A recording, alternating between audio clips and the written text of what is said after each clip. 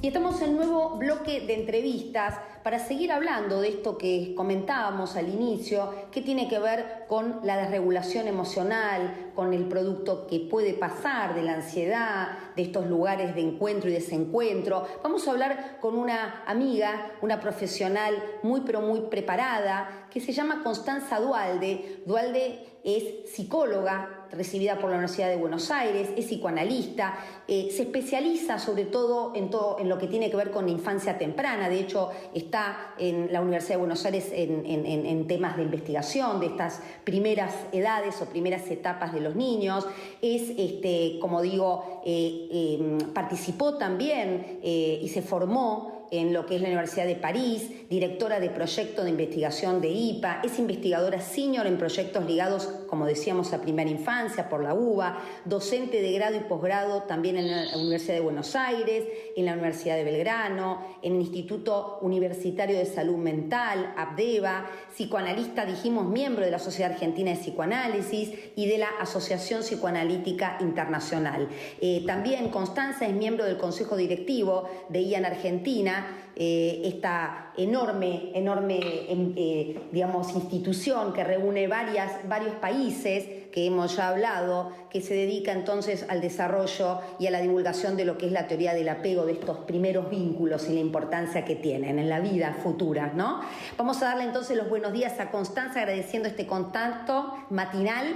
¿Qué tal, Constanza? ¿Cómo estás? Un gusto estar conversando con vos en esta mañana de domingo. Bueno, muchísimas gracias por esta comunicación, porque hablábamos hoy al principio del programa de esto que tiene que ver con la ansiedad, pero con este tema más grande, como comentábamos también fuera de programa, que me comentabas, hablar también de lo que tiene que ver con desregulación emocional, sobre todo para entender, Constanza, el rol del adulto frente a este niño y cierto lugar de inmadurez o de todavía no desarrollo total de su sistema nervioso que hace que necesite definitivamente a alguien que lo ayude a regularse. Contanos un poco de eso. Sí, definitivamente, Vanessa, cuando un bebé nace está completamente vulnerable en ese sentido y requiere de un andamiaje que le provee la persona que está a cargo de sus cuidados. Sobre todo en general hay una persona privilegiada que se ocupa, la mamá o quien se ocupe, porque a veces no es la mamá, pero hay un cuidador, digamos, que en la teoría del apego decimos que es la figura de apego, y que de alguna forma le presta el modo de ir como apaciguando estas desregulaciones. ¿Qué llamamos desregulación? Tiene que ver con los momentos en que lo afectivo, digámoslo coloquialmente, se pasa de rosca cuando uno internamente no logra como tener como una posibilidad de ir modulando lo que va sintiendo y las expresiones de lo que va sintiendo. En general esta desregulación se asocia mucho a lo que tiene que ver con las emociones negativas. En un bebé, por ejemplo, el llanto, los berrinches, cuando es un poquito más grande, etcétera. Pero también puede ser cuando uno está como demasiado feliz y no puede parar, y no, también eso tiene que ver con la regulación emocional. Ahora bien, esta regulación tampoco va tampoco es que queremos ser todos robotitos que no sentimos mucho, que no se nota. Esto, si querés, lo charlamos, lo seguimos charlando. Sí, esto es interesante lo que comentas, Constanza, porque está bien que entendamos de qué hablamos cuando hablamos de desregulación, que es un término quizá que está muy en boga, y es esta incapacidad desde las herramientas que tiene este niño chiquito, o aún más un bebé, de gestionar estas enormes sensaciones que tienen físicas, ¿no? Estas emociones que se expresan en el cuerpo, entonces no poder ponerles un nombre, no poder como darles un cauce, ¿no? Bueno, y ahí es donde es súper importante la figura de un adulto que ya tiene como una vida emocional construida y que sostiene en distintos lugares, físico, desde los cuidados básicos, el modo en que estos se dan y todo lo que acompaña discursivamente a eso, todo lo que el adulto traduce de lo que le pasa al bebé, todo lo que le puede ir contando al bebé de lo que está viviendo, toda la posibilidad de imaginarse siendo adulto y con muchos más recursos, cuál es la experiencia emocional o de sentidos, o como decías, de sensaciones que está atravesando este niño pequeño. Eso permite dos cosas. Permite, por un lado, que el adulto le vaya prestando, digamos, esta posibilidad de ir y venir desde el me desordeno, me ordeno, me desordeno, me ordeno. Y que es un ciclo muy importante. Te diría que es mucho más importante que estar siempre ordenado. Aprender. Bien. Hay un investigador muy importante que se llama Edward Tronick, que trabaja en Harvard, bueno, ahora en Estados Unidos, y él hablaba mucho de este ciclo donde decía que es como hablar del bueno, del malo y del realmente peor de todos. Bueno es cuando estamos tranquilos, la sensación es placentera, está modulada. Malo es cuando algo nos saca de eje, digamos. Pero lo peor de todo es no poder volver del estar afuera del eje. Entonces, en este circuito, en cambio, la experiencia de salir y entrar es la experiencia humana. O sea, no somos humanos si no hacemos este recorrido. Sí, y en esto te hago una acotación y me parece muy interesante lo que estás diciendo, porque socialmente se puede entender que la regulación es esto de nunca hay problemas, está todo regulado, y esto también es un punto de vulnerabilidad para un chico, porque el niño tiene que aprender a entender que puede desregularse dentro de ciertos niveles y volver otra vez a regularse, porque la vida real, convengamos, Constanza, no plantea una posibilidad de estar siempre regulados, y un chico que, ¿no? La vida real, y esto lo decía a su manera en su momento de ayer con el interjuego entre acomodación y asimilación, es un equilibrio en movimiento. Exacto. Y si uno no lo entiende en movimiento, no está vivo. O sea que hay algo de eso, sí. Y esto pasa con los niños y de alguna manera está incorporado a los adultos. Entonces el adulto, por doble vía le da al niño el sostén, la explicación, no sé qué, pero también desde su propia regulación y su propia posibilidad de manejar este movimiento interno, ¿no? Sí. Un adulto que le dice al niño, tenés que estar tranquilo, pero que se pone muy nervioso y medio que se saca cuando el niño no responde a lo que está necesitando el adulto, está diciendo una cosa y haciendo otra. Y el hacer es muy importante en la transmisión con los niños. Sí, sí, esto que decís es interesante, la coherencia y cómo los niños muchas veces entienden más por lo que ven que por lo que escuchan, ¿no? En el sentido de que se educa más con un ejemplo que con lo que tenés que estar tranquilo, pero desde un lugar en donde yo no me muestro tranquilo. Que me pones nervioso. Claro. Bueno, no, sería más, yo estoy tranquilo, trato de sacarte esa intranquilidad a vos, digamos, como niño. Es difícil, aparte criar niños pequeños es muy difícil, hay que estar ahí. Familias cuando tienen 1, 2, entre 2, 4 años, un bebé, es como, también es muy divertido, porque hay todo un movimiento. Sí, pero está bueno, Constanza, que podamos también desmitificar esta maternidad y hablar de maternidad real, en donde la maternidad real implica también un enorme esfuerzo psíquico y físico para criar a un niño, porque no es solamente el tema de desde lo afuera, es también desde lo que a cada padre le representa tener un niño y, como dijiste vos hace un rato, ser opción para otro. Uno como adulto presta su parte evolutiva para regular a un niño, pero el tema es, ¿yo puedo regularme? Pues si yo no me puedo regular, ¿cómo puede ser cómo hago para regular a otro, no? Sí, puedo regularme y si no puedo, bueno, ¿qué recursos hay? ¿Qué me puede ayudar en esto, no? Y ahí viene toda una serie de cuestiones que tienen más que ver con la prevención de ciertas situaciones que después se pueden poner más difíciles y que también colaboran para el crecimiento personal, porque una persona que en el proceso de parentalizar, digamos, mater, pater, lo que fuera, va aprendiendo cosas de sí mismo, es una persona que crece. Y en esto ayuda mucho el diálogo con otros, el compartir. Es sabido, hay un dicho africano que dice hace falta una creo que es una tribu, una aldea para criar un niño. Digo, tenemos esta idea de que hay que arreglarse solo con un niño y en realidad es muy importante el poder circular, el poder estar con otros, el poder conversar en los grupos. Esto es es muy común los papás, mamás que llevan a los chicos a la plaza y empiezan a hacerse amigos de los otros que están llevando a los chicos a la plaza, Sí. Porque comparten esa realidad. Sí, se cría en tribu, lo que vos dijiste es tan importante, por eso a quienes nos estén escuchando también, y por suerte hoy con la salida de lo que fue el aislamiento, la cuarentena, que fue periodos muy duros para la maternidad sobre todo, ¿no? Y para todos, pero esto de criar tan solos, y hoy por suerte podemos intercambiar y entender que, bueno, que a todos nos costó, a todos nos cuesta, y como decís vos, Constanza, hay formas de ir encontrando la manera de ser posibilidad para otro, primero siendo posibilidad para uno, ¿no? Y hablando de desregulación, pensaba, y bueno, como ejemplo, hablábamos de ansiedad también hoy, entendiendo que, bueno, la ansiedad tiene mala prensa, porque la ansiedad no es mala, es una emoción evolutiva, una emoción que nos ayuda a reorganizar hacia un futuro, hacia algo posible que pueda ser una amenaza, pero que de alguna manera en los niños, quiero y me gustaría que nos cuentes, ¿no? Esta vivencia de ansiedad y cómo desde un lugar adulto podemos ayudar a no, digamos, agrandar esa ansiedad, a poder calmarla cuando aparezca, no evitarla, evidentemente.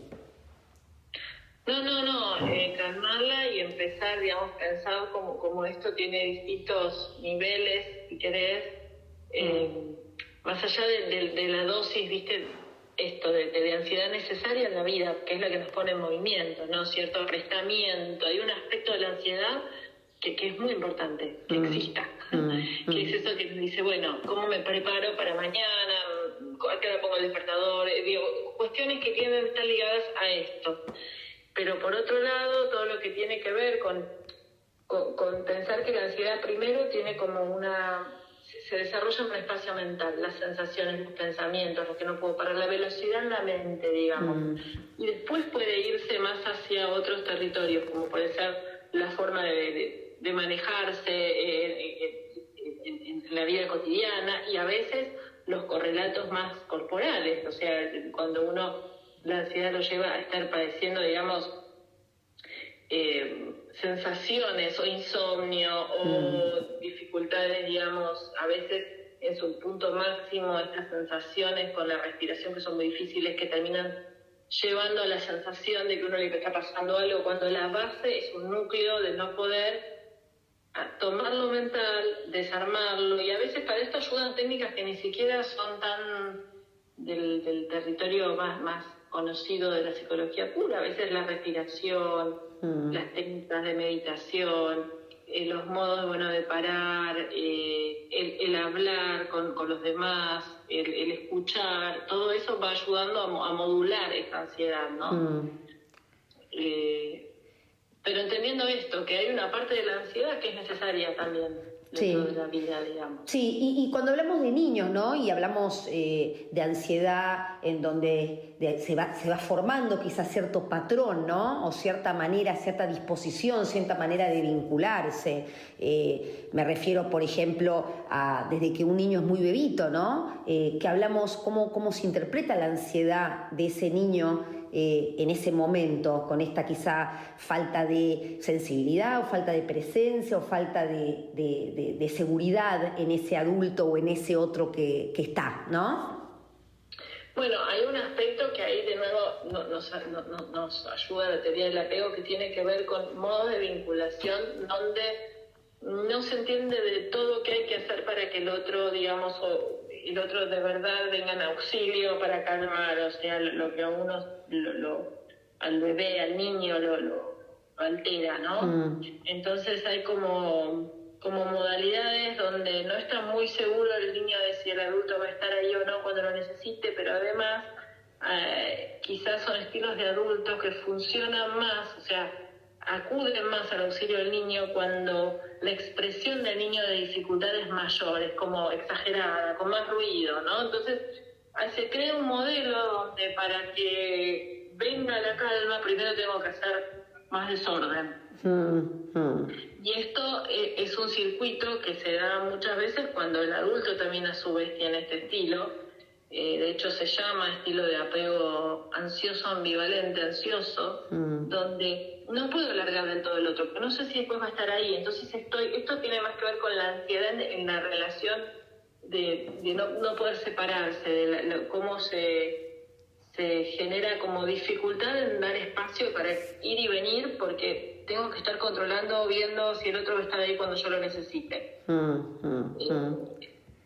En ese punto es muy importante la disponibilidad del adulto, sin estar encima del niño. O sea, estar ahí cuando se requiere, sin estar anticipando demasiado, como un medio pasito atrás de lo que se necesita. Solo medio, cuestión de que enseguida uno puede estar, pero no sobre ofertar, ni tampoco responder solo cuando hay todo este ruido, ¿no? Porque va generando un modelo que después quizás se complica en ese sentido. Sí, esto que hablamos de pertinencia, ¿no? Esto de poder encontrar, ver al otro, ¿no? Ver al otro como un otro y tratar de entender cómo me relaciono con el otro como las necesidades del otro. Entonces, poder no estar demasiado encima, que implique que el niño pueda pensar que hay un riesgo, que el mundo es inseguro, que solo no puede, ¿no? Y tampoco estar tan lejos en donde el niño cuando necesita aprende, y no por una interacción, sino por muchas, pero que esa figura no va a estar cuando la necesite, y ahí es cuando no tiene capacidad quizá de regular su ansiedad. Claro, porque es cómo lograr que siendo pequeños incorporemos adentro nuestro la sensación y la tranquilidad de que si de verdad se necesita, va a estar ahí esta ayuda. Claro. Y entonces no es necesario llamarla como Pedrito el Lobo, digamos, por demás, y entonces uno va requiriendo menos. Pero el origen de esto, Vanessa, es muy interesante, y esto acude a una creencia popular que va muy en lo contrario, es que en los primerísimos momentos es muy importante acudir al llamado del niño. O sea, hay una investigación que se hizo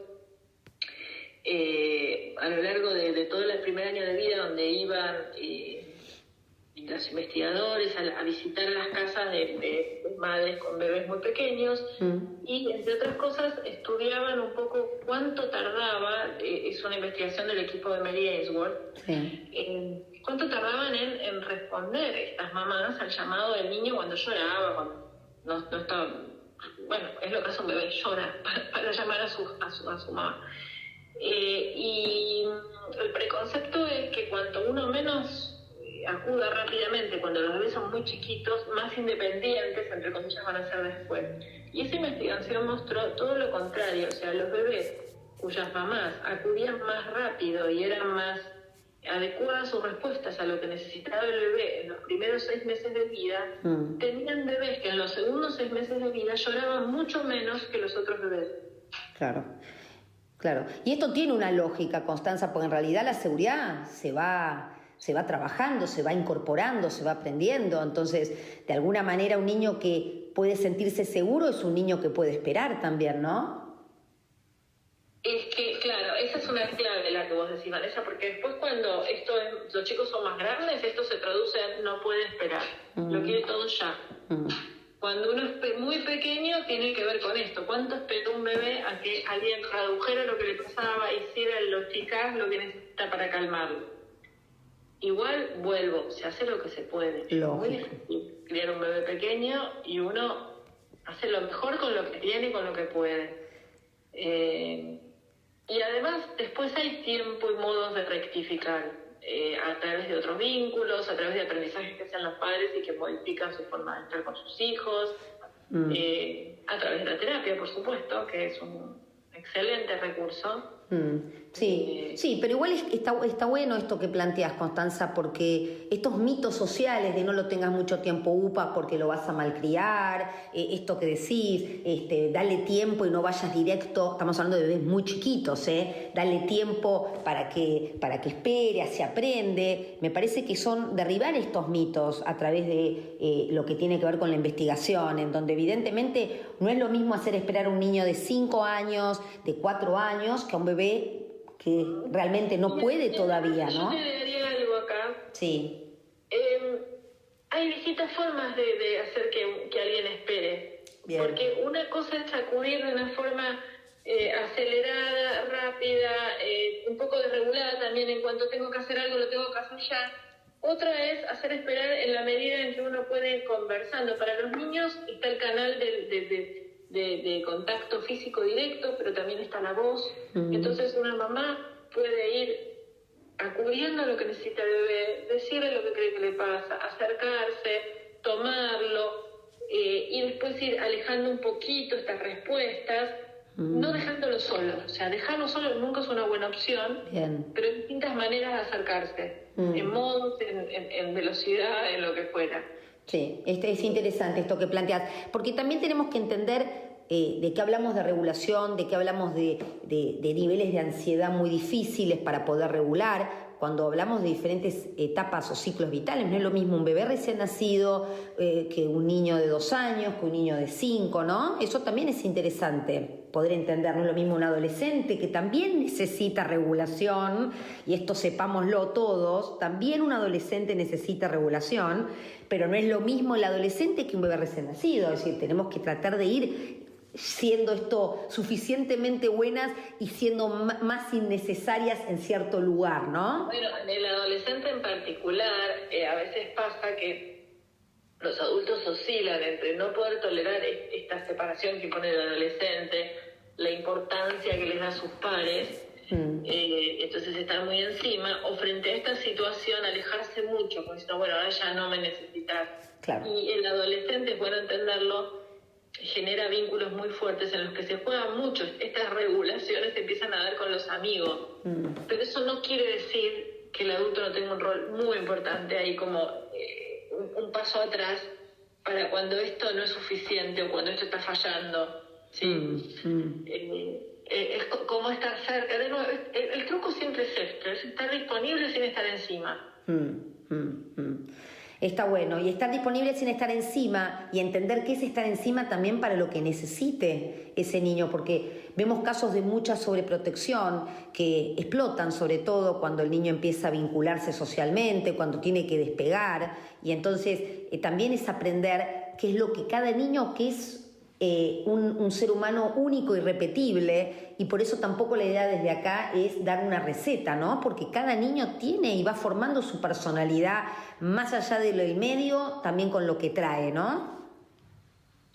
Sí, es interesante esto que dices, además, porque si arrancamos hablando de los bebés, no, ni siquiera hay 2 bebés iguales. Uno diría, son todos iguales. No son iguales los bebés.